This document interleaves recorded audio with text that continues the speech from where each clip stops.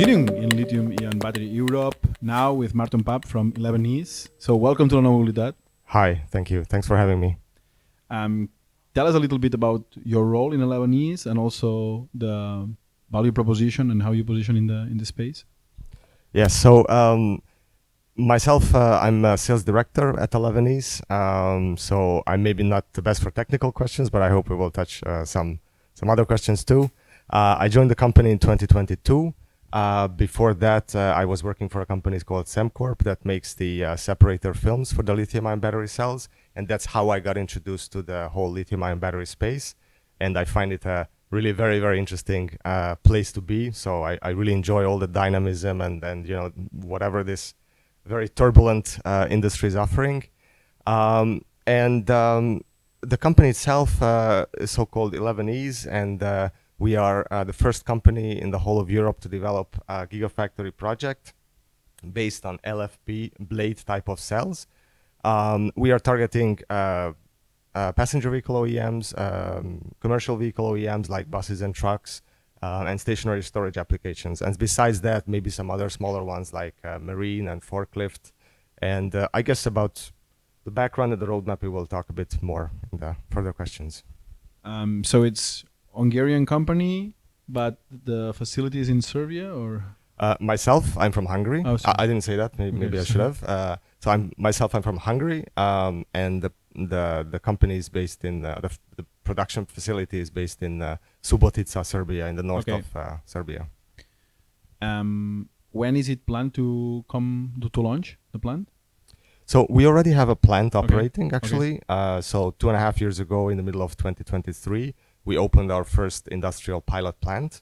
So that's already operational, and we are delivering A and B samples to our customers for more than 2 years by now. And our next phase will be what we call a mega factory. But in fact, it will have already 1 gigawatt hour capacity. We just, for historical reasons, still call it mega factory. We are starting the construction just at the very beginning of next year. And the SOP will be in about Q2 2027. So from then on, we will actually have serial production on the market as well. So Europe is accelerating the transition. So we went from a couple of years where we had a little bit of downturn in 24, now 25. It seems like it's accelerating again. So what do you think makes LFP and blade cell the right choice for the European market? Yes. So there are multiple reasons.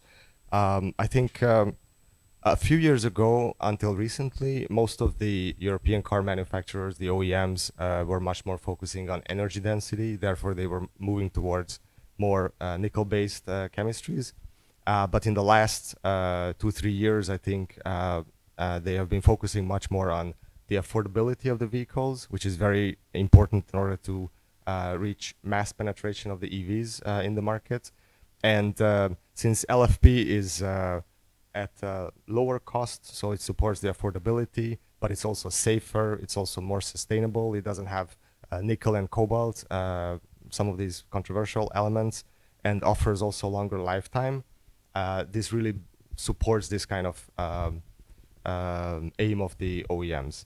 Besides that, we are, as I said, manufacturing in blade format. So blade format supports cell-to-pack and cell-to-body construction in the vehicle, which besides having all the advantages of the LFP that I just mentioned, also maximizes the energy density on a pack level or on a vehicle level. And actually, for the customers of the OEMs, they don't care so much about the energy density on a cell level, but they just want to know how much energy is in the car. So with this combination of LFP chemistry with blade technology, today that's really the winning combination for OEMs. And because of that, also from the numbers, you can see that it's really something that is accelerating globally and also in Europe. So we believe that there will be more and more such platforms on the market. Besides the OEMs, you know, all the net zero targets of the European Union and all the renewable energy projects, which are really skyrocketing today, all of those are connected to stationary storage applications. So that's the other key element, that the stationary storage is growing very, very fast globally, but also in Europe. And that's one of our key markets, and that's where we have a product portfolio that we are offering. So that also supports why we are a good match and why we believe that Europe is moving towards more and more LFP. We have ElevenES is backed by the LPAC group, which is a company processing aluminum. It's a leader of the processing aluminum sector. How does this background helps you in the industrialization of batteries and of lithium-ion cells? Yeah, it actually helps us a lot. So there are many synergies between our activities and our mother company's activities. So ALPAC stands for aluminum packaging, and actually that's what they do. They make packaging solutions for food industry, pharmaceutical industry, and so on. And they are making things like, for example, the yogurt lid, so like the top of the yogurt, or coffee capsules. And they have experience of doing this for more than 30 years. And maybe at first sight or first thought, you wouldn't think, but actually there are a lot of synergies between this manufacturing process and making electrodes. So actually what they are doing is an equivalent to about 4 gigawatt hours of electrode manufacturing. Just the end product is actually going into the packaging industry. And besides these very close similarities and synergies, just the fact that we are coming from the industry, we are coming from manufacturing, we have this scaled industrial activity in our DNA. We believe that this is really helping us on our industrialization journey. Great. Now, can you share some figures on the project? How is it going to scale the next years?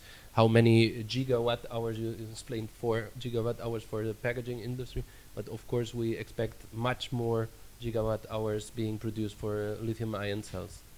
Yes. So starting from the beginning, ElevenES was established in 2020. And the first thing that was there was a small lab, which was then extended into a research facility in 2021. And then, as I mentioned previously, we opened our first industrial facility in 2023, which is an industrial pilot plant. And as I said, we are manufacturing A and B samples for our customers. That's a very important milestone that we have. But besides that, we are also using this facility for some other purposes. Like, for example, for supplier validation, it's very important that with some new materials, new components of our cells, we can actually test them in full-sized functioning samples. That's really important. And also, we are using these plans to really master manufacturing, and we are going back to the basis of production, and we are doing it now on a small scale, but all the learning is very important for the company and for the team. And so the next phase will be the Megafactory, as I said, which is actually with 1 gigawatt hour capacity. It will be launched in 2027 in Q2. And for C&D samples for automotive customers, but for smaller volume applications, like for example, stationary storage, if we can still call it small volume, it will be already a serial production plant. And then our first real Gigafactory, which we call Giga 1, with an additional 8 gigawatt hour capacity, will be launched around 2028, 29. And then we have plans for two more gigafactories, one in the European Union for sure, with an additional 20 gigawatt hour capacity, and also one in the US with another 20 gigawatt hour capacity. Those will be more like 2031, 32, so a long way down the road. We are now focusing on the next project that we have to do, but this is the full industrial scale-up plan that we have today. The competition in Europe is intensifying, more players. So as we mentioned earlier, right now we are in the curve where it seems that we touch an inflection point and the volume is ramping up. So how is ElevenES differentiating from competitions in terms of technology or cost or segmentation of the market? So as I said, when it comes to LFP blade type of cells, we are quite unique. So we are the most advanced and so far actually the only company making LFP cells in blade format. In Europe? In Europe, yes. Outside of China, there are not that many, but in Europe we are surely the first one. And when I say that we are advanced, it means that from the very beginning, we actually opted for this chemistry and this format. So by today, we have 4 or 5 years of experience, not only in developing the technology, but also mapping the suppliers. Now we have this industrial facility running for more than 2 years. That's also tremendous experience for us. And besides being unique, so having this combination of chemistry and format, we are also differentiated based on what I also touched upon, that we are actually we're like a spin-off company from an industrial group. So we have within the group experience of large-scale industrial manufacturing, which I think for European startup, like Gigafactory startup projects is also quite unique.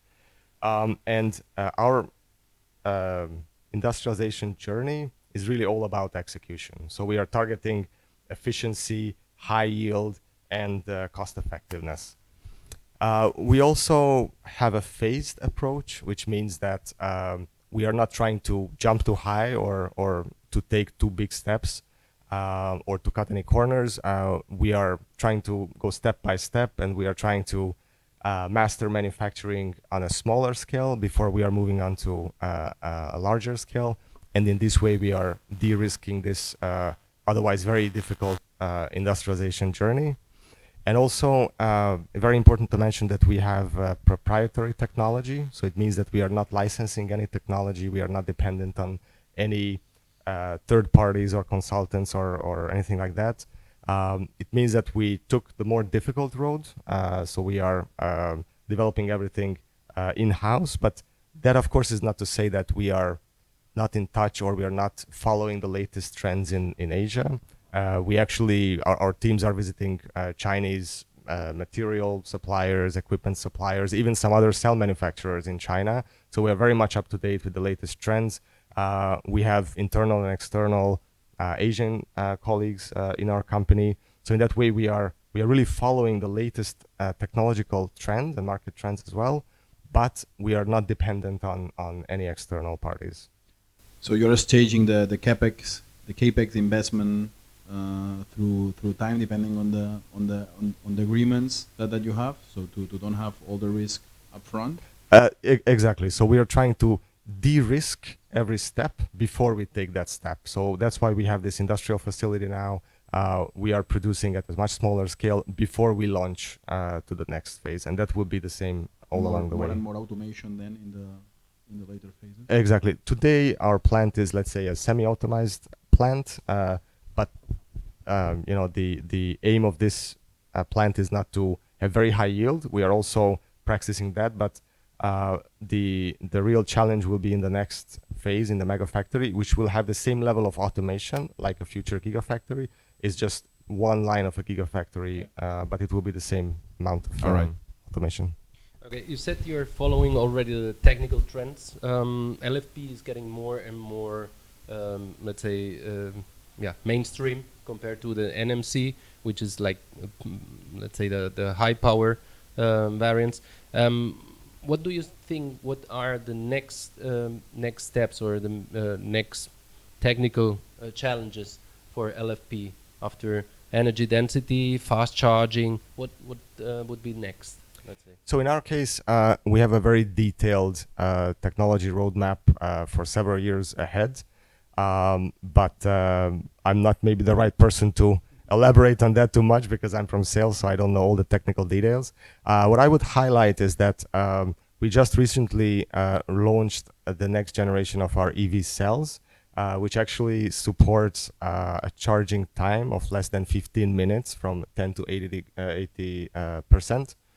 And that is completely unique in Europe again, so nobody else in Europe has been able to develop that.